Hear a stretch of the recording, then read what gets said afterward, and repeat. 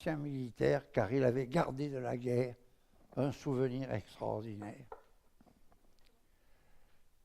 Sa carrière universitaire est au pas de course.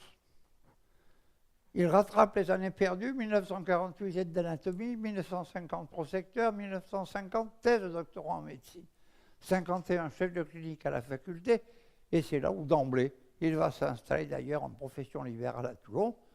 Sa carrière universitaire se poursuit, chargé de cours en 69, directeur d'enseignement en 67, et de 1981 à 1993, après les réformes de mai 60, il devient professeur associé, professeur des universités.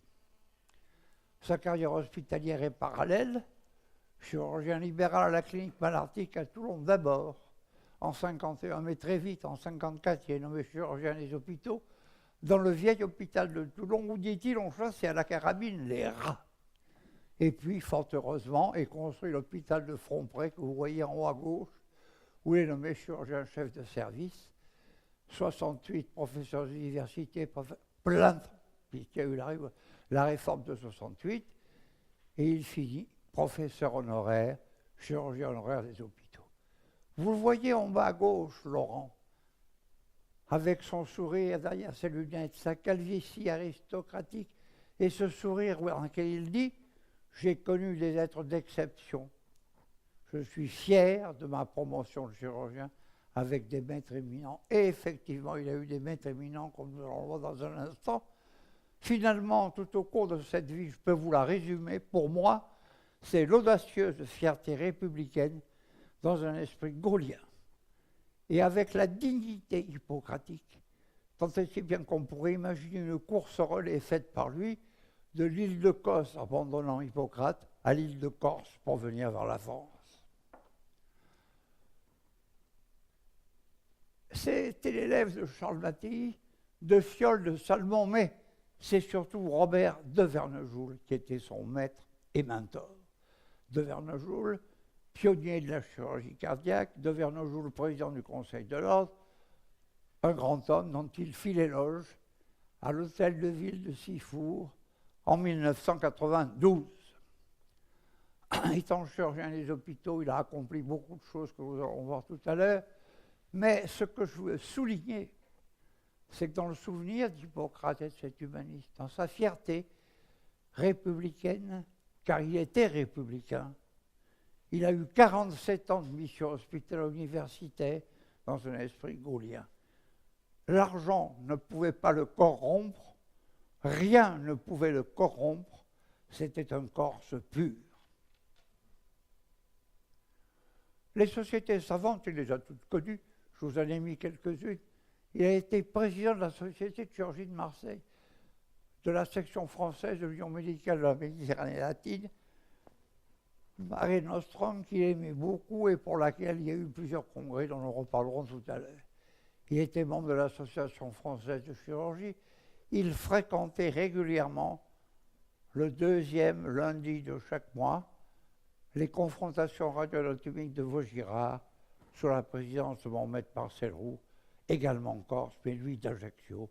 Et il s'entendait remarquablement, Monsieur Roux disant « Pedignelli, vous êtes un roublard ». Société internationale de chirurgie, Collège international de chirurgie, Académie nationale de chirurgie, qu'il affectionnait beaucoup et pour laquelle il appréciait la devise « Vérité dans la science, moralité dans l'art », dont le sigle est ici à droite. Et vous voyez à gauche notre Cicéron moderne avec sa verrue, son art du parler avec le micro, et au milieu, ce sourire angélique apparemment, lorsqu'il voulait séduire les foules. Suivant. Les travaux scientifiques, il en a fait beaucoup, je ne vais pas vous les parler, ce n'est pas le moment. J'ai compté 175 publications de valeur, mais je veux insister sur 3. La technique du collet pour traitement du reflux gastro-œsophagien, espèce de lasso en peau, qu'il passait autour de la jonction pour la rétablir, la baisser et la fixer au milieu du diaphragme. C'était probablement en souvenir de quelques braconnages de jeunesse qu'il l'avait appelé la technique du collet. Et puis, il a publié le premier cas européen du cure chirurgical du syndrome de Sippel, ici même, à l'Académie, en 1966. Et il était très connu surtout pour sa sonde pour drainage transcystique de la voie biliaire principale, en 1979, qui faisait concurrence à celle que nous avions mis au point avec mon maître Marcel Roux. La différence, c'est que la nôtre était lisse et la sienne avait une petite olive sur laquelle pouvait s'amarrer facilement le fil suspenseur. Les maladies de Napoléon, nous allons en reparler parce que c'est un sujet très particulier. Toujours dans les scientifiques, les multiples thèses qu'il a présidées, je vous les ai mis là, quelques-unes, les principales. Vous voyez que tout ce qui touche la pathologie digestive et surtout et même la pathologie endocrinienne ne lui échappait pas, notamment l'adénome parathyroïdien, puisqu'il a présidé la thèse de Maurice Argem. Cessons la paix, voyons la guerre. C'est la marque la plus importante de Péguignelli. C'est là où il a fait ses preuves. Et c'est de là où il a gardé ce caractère intransigeant, républicain, gaullien. 1943, il fait plusieurs tentatives d'évasion. Il essaie de partir avec le commandant Herminier sur le Casabianca. Ça foire toujours. Mais en 1943, par chance, à l'aide d'un vieux rafio, il parvient à partir pour sa Corse natale. Et il arrive dans le maquis corse, où il est l'agent P1 du réseau numéro 2, Fred Scamaroni, j'ai pu retrouver les documents, dirigé par son père au campement de Foncelagro. Il participait à la libération de Sartène, il aurait pu s'en contenter. Non, il part à Maison-Carrée, à Alger, où il se regroupe avec la 2e DB qui est en partance pour l'Italie, et il va faire partie des troupes marocaines, des tirailleurs, des goumiers, dans la 31e compagnie muletière de ramassage. C'est très important, parce qu'à ce titre-là, à ce titre de médecin qui n'était pas encore médecin, chirurgien qui n'était pas encore chirurgien, il a participé à ces batailles en tant que combattant et en tant que soignant. Il était au Monte Cassino, il était au Carigliano. Vous le voyez au milieu en bas, au milieu de ces troupes de goumiers, ayant été blessé quelque temps avant par un éclat d'obus podaria au genou gauche, et il a été soigné à cette occasion par le professeur Bourgeon d'Alger, qui était médecin capitaine de la batterie et qui plus tard deviendra le doyen de Nice quand il y aura eu l'évacuation de l'Algérie. Mais ça ne s'est pas arrêté là. Il a participé au débarquement en France, à Cavalère. Et auparavant, il faut dire qu'en juillet 1944, c'était Rome. Le premier à entrer dans Rome, malgré l'interdiction formelle des troupes américaines du général Clark. Péguignelli a dit, moi, Français, moi, Corse, je rentre à Rome. Et il a été ébloui par la Piazza Venezia que vous voyez en bas, où il y avait la maison qui avait abrité Marie-Laetitia, Laetitia Bonaparte, pardon, et dans lequel il a trouvé l'étoile du Caravage, qu'il m'a fait apprécier plus tard, car c'était un grand admirateur du Caravage. Puis le 15 août 1944, c'est le débarquement à Cavalère en France, c'est l'ascension extraordinaire, la libération de la Provence, de la Saône, des Vosges, de l'Alsace, l'affranchissement du pont du Rhin, dans la joie libératoire de Strasbourg, l'explosion, puis c'est le Württemberg, l'Autriche, le lac de Constance qu'il appréciait beaucoup, et surtout, il a découvert Berchtesgaden. Et il a découvert Mauthausen encore en activité. En 1944, je vous ai mis un schéma de tous ces ossements effroyables, alors qu'officiellement, il n'y avait plus de Mauthausen. C'est à toutes ces raisons qui l'ont conduit à des décorations militaires extraordinaires. Je vous en ai souligné quelques-unes parce que c'est les plus importantes. la croix des engagés volontaires, la croix de guerre surtout, avec palme, 4 citations. Officier de la Légion d'honneur, commandeur de l'Ordre national du mérite. Les décorations étrangères dont il était fier, la médaille de citoyen d'honneur de Varsovie, croix du mérite franco-britannique, un officier du mérite italien. Mais la grande peine de sa vie fut lorsqu'il demanda la croix de commandeur de la Légion d'honneur à titre militaire à laquelle il avait droit. On la lui a refusée au prétexte qu'il avait servi dans des troupes coloniales. Il ne s'est jamais accepté cet affront. On lui a donné à la place la croix de commandeur de l'Ordre national du mérite. Mais quand même, l'affront avait été fait. Voyez ces magnifiques médailles. Je ne vous souhaite pas d'en avoir autant, parce que pour les obtenir, il faut quand même beaucoup de courage. Laurent Pedinelli était un homme extrêmement cultivé. Il était un conférencier écouté, apprécié, recherché. Et il a fait le tour du bassin méditerranéen, partout. Je l'ai entendu à plusieurs endroits. Ses grandes notions, c'était la civilisation mégalithique, c'était le catharisme en Italie, c'était les tours génoises du littoral corse, c'était la Révolution et Pascal Paoli. Vous avez en bas une tour génoise, celle à propos duquel il rappelait que, fort heureusement, Gênes avait cédé la Corse à la France peu avant la naissance de Napoléon. Mais il n'appréciait pas du tout ses antécédents, et lorsqu'un compatriote ne lui plaisait pas, il disait « c'est un Génois ». Les conférences ont été multiples concernant Napoléon Bonaparte. Je vous en ai mis quelques-unes. Celle qui est le plus important, à mon avis, pour frapper l'imagination, c'est les maladies de Napoléon et celle qui causa sa mort, qu'il a présentée en priorité ici à l'Académie, puis ensuite à plusieurs endroits, dont au congrès de chirurgie de 1987, je crois, oui, 87, dont probablement M. Pellerin, s'il est là, se souvient. Et notre ami était un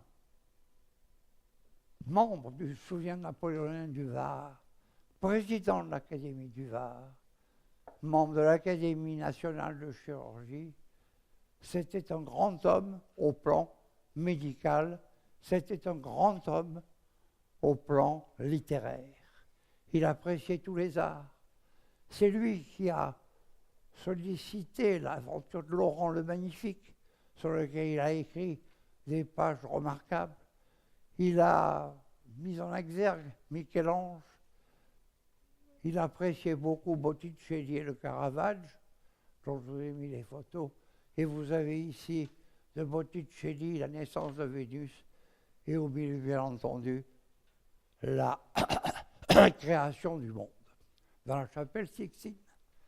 Il a écrit sur les médecins et la guerre, le Monte Cassino. Regardez cette désolation.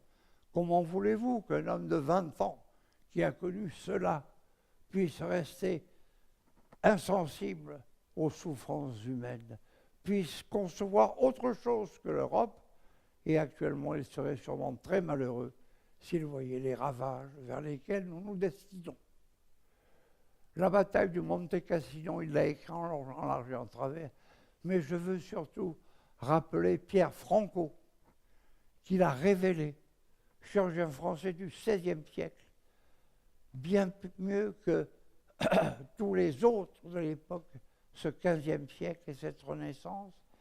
Pierre Franco, qui n'était pas un homme d'Europe, Pierre Franco qui ne parlait pas le latin, Pierre Franco qui était un barbier, mais Pierre Franco qui a fait de la chirurgie pratique, la chirurgie chirurgicale, comme disait notre ami Laurent Pedinelli.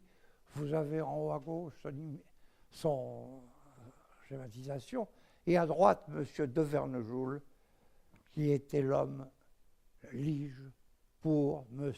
Pedinelli, notre confrère. Il a beaucoup voyagé. Il a fait le tour du monde plusieurs fois. Et il a beaucoup écrit ses souvenirs. Je vous en ai mis quelques-uns ici. Je souligne notamment les galères de l'Antiquité, dont il était passionné, les Indiens de l'Amazonie, qu'il connaissait et appréciait beaucoup, et le périple de Christophe Colomb, l'origine de la syphilis. C'était un homme cultivé, c'était un grand voyageur, et voyez, en 25 ans, le tour du monde plusieurs fois. Vous l'avez ici, à cheval sur un éléphant, si j'ose dire.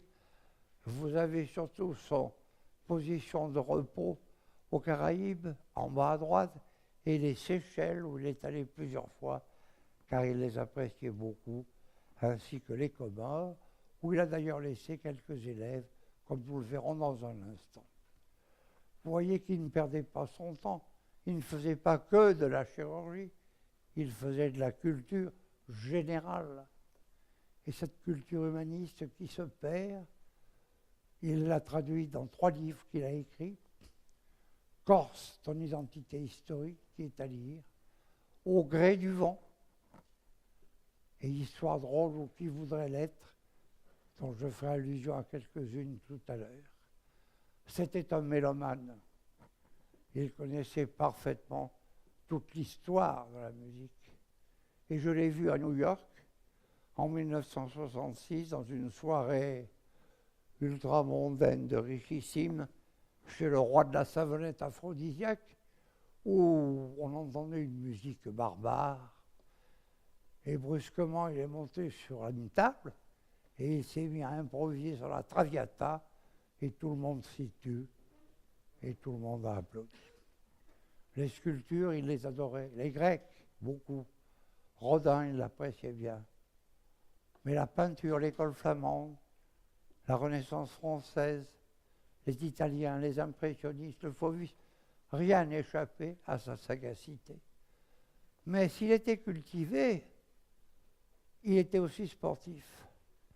Et il avait gardé le souvenir de sa jeunesse du club de football, où vous le voyez ici avec ses lunettes et sa tête penchée au 2e rang au milieu. Il continuait toute sa vie jusqu'à la fin à s'intéresser au football, suivant à la télévision toutes les diverses tribulations des matchs. Mais il aimait aussi les cartes, comme tout Corse, et il adorait cela. Ses élèves et ses amis, innombrables, avec tous le même caractère, jovial. Anton Sandali, son élève chirurgien digestif, auquel il s'est confié à la fin de sa vie, enfin peu de temps avant la fin de sa vie. Ses amis corses étaient nombreux. Roger Colombani, le journaliste, Arex, président du Conseil général du Var, Joseph Comiti, Jacques Comiti, Alphonse Césari, Robert Kilikini, son ami intime, et les amis méditerranéens chez lesquels nous étions reçus lors des congrès de la Méditerranée latine, Eros Benedini de Mantoue, dit le bien nommé. Stefanini de Rome, Lucullus, digne chez Lucullus quand il nous invitait à sa table, puis Glacal, Victor Salieras de Barcelone, les footballeurs invétérés, et Zadini de Naples, qui nous fit bénéficier de la protection de la mafia lors d'une réunion dans ce Nil. 2 congrès ont été organisés à Toulon par Laurent Pédignelli, l'île de Bain d'Or en 1985, dont vous avez en bas à gauche une de ses vues féeriques, et le palais de Neptune en 1991. Les politiques, il était intime avec Sanguinetti, Pascal Jacobi, le sénateur, ami du général de Gaulle. Mais je veux insister sur les professeurs. François, le père, Mattei, chirurgien militaire retour d'Indochine, nommé à Ajaccio, qui était son ami, et Jean-François Mattei, notre ministre de la Santé, président de la Croix-Rouge, Marcel Ruffo, le célèbre pédiatre que vous voyez en bas à droite, qui, quelques jours avant sa mort, lui rendait encore visite à Toulon. Et au milieu, c'est Pédignelli, c'est la convivialité, c'est le jovial. Vous l'avez ici à côté de Hautefeuille, en face de moi, et Marcel Gounz, dont j'ai fait l'éloge l'année dernière. Le caractère, pas facile à cerner, mais agréable à fréquenter. Quand on le voyait en haut à gauche avec ce magnifique sourire, illuminé par sa verrue, mais en colère à droite, lorsqu'on parlait politique dans le sens qui ne lui plaisait pas, et en bas, au centre, toujours pareil, la convivialité. Je lui ai trouvé 3 A, intouchables, actif, affectif, attentif. 3 C, cordial, convivial, jovial. Il avait l'amitié, la fidélité, l'humour. Il était intransigeant et loyal, ce qui lui a attiré quelques ennuis, bien entendu. Et n'oubliez pas, il en était fier, qu'il était le représentant personnel du général de Gaulle dans le Var lors de la célèbre élection de 1958. En bas à droite, c'est un congrès à Tunis. Vous le voyez entre Ahmad à droite, enfin à gauche, et moi à sa droite. Et de temps en temps, il se jetait le cri d'alarme. Et lorsqu'on avait écrit un film, Les Indigènes, il avait écrit, lui, dans le journal local, les Corses aussi sont des oubliés de la guerre. Et il pouvait parler. Mais vint la retraite. Eh bien, ce fut pour lui une retraite malicieuse, il garda son caractère. Le départ d'un grand patron, vous voyez, est fêté énormément. Et lui, à la retraite, qu'est-ce qu'il fait? Il s'amuse, il sait prendre la couronne, il sait dans son fauteuil, devenant plus ou moins invalide, reconnaître tout son passé, savoir tout son passé. Et il racontait les histoires qu'il adorait. Nous mourrons presque tous, disait son grand-père. Et il disait aussi, cet homme à qui on demandait, ce Corse, quelle est votre profession? Il répondait, mari d'institutrice. Et puis cette phrase tout à fait didactique, un saint triste est un triste saint, quel que soit l'orthographe. Voici la vie privée. Je dirai rapidement parce qu'il ne faut pas déflorer trop l'intimité des gens. Mais vous avez en haut sa maison de Toulon. Vous avez à droite le début de sa deuxième vie.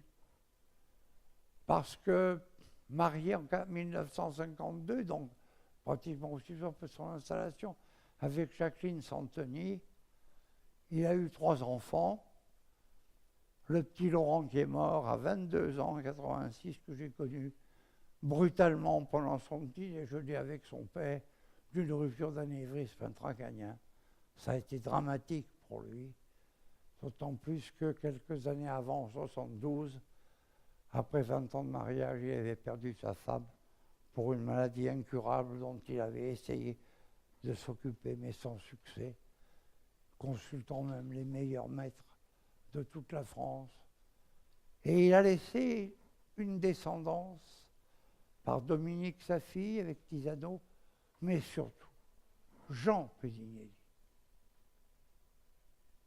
qui a eu 2 enfants, Laurence, qui a donné Pierre et Marianne, et Pierre, qui est parmi nous aujourd'hui, qui est le fier descendant des Pédignelli, avec un fils qui s'appelle Jean-Nils, qui est trop petit, il a 3 ans, pour être venu. Alors, vous voyez les 2 drames, le décès de sa femme en 72, le décès de son fils en 88.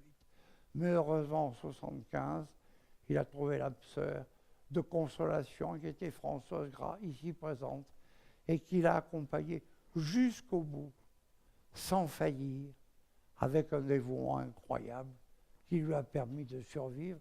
Et vous le voyez là, à droite, peu de temps, un an ou deux à peu près avant sa mort. Vous vous demanderez pourquoi ce paquet de Lucky Strike. C'était l'addiction de Laurent. C'est le commandant L'Herminier du Casabianca qui lui avait fait fumer ses premières cigarettes. Il en avait gardé le goût définitif. Et un soir, dans les années 80, ailleurs, il n'avait plus de cigarettes Lucky. Nous avons fait tous les bars de la côte jusqu'à Marseille, pour enfin à Marseille trouver le paquet et revenir à pratiquement 2 heures du matin au domicile conjugal où je me suis bien entendu fait attraper sérieusement. Mais pour Laurent, que n'aurait-on pas fait? Alors voilà, la cérémonie funéraire, elle a été extraordinaire. Je n'ai pas pu y assister, étant invalide moi-même. Mais le 27 février a eu lieu à l'église Saint-Louis de Toulon la bénédiction. Et même s'il doit en être ému, je rappellerai l'allocution de son petit-fils Pierre, ici présent, et que vous voyez sur la photo. Je suis fier de cet héritage, nécessité du travail, exigence de probité, souci de liberté au service des autres. C'est pour cela qu'au moment de lui dire adieu, je veux avant tout et surtout lui dire merci. Quel bel hommage pour une belle leçon de vie. Merci Pierre pour ton grand-père. Ici, les 3 générations de pays, le grand-père, le petit-fils, l'arrière-petit-fils. Et puis, le lendemain, on part pour l'île natale, le retour aux sources, où a lieu la dernière cérémonie, le 28 février à l'église Sainte-Marie, avec des chants grégoriens, dans la protection de Psyché. Et vous avez ici la tombe familiale, le cercueil, avec le drapeau, car il y avait un détachement militaire, toutes ces décorations, il le méritait bien. Et bien entendu, l'inévitable vue sur la bergerie, héritage de sa grand-mère Marie, qui pour lui était son âme. Monsieur le Président, Mesdames, Messieurs, je ne peux pas terminer sans évoquer le rouge et le noir que je vous ai mis en haut à droite, ce symbole extraordinaire, sans rappeler que, comme à Blair dans Athalie, il peut dire « Oui, je viens dans son temple adorer l'Éternel ». Bien qu'il ne fût pas très pratiquant, il était croyant. Et puis vous voyez l'image du personnage. À droite,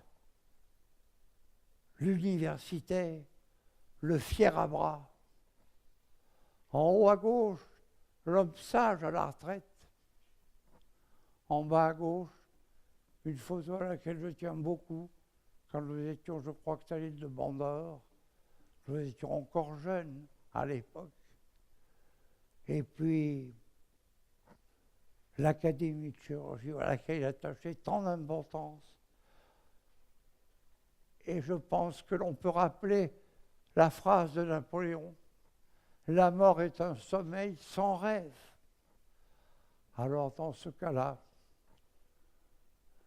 j'espère que Laurent voudra bien m'excuser de l'avoir extrait de son sommeil, de l'avoir fait rêver quelque peu en votre compagnie dans notre académie, pour lui permettre d'avoir encore l'espoir, puisque nous mourrons presque tous, mais presque seulement. Repose en paix, Laurent. Sois assuré du fidèle souvenir de tes confrères et acceptons les condoléances attristées pour ta famille. Merci.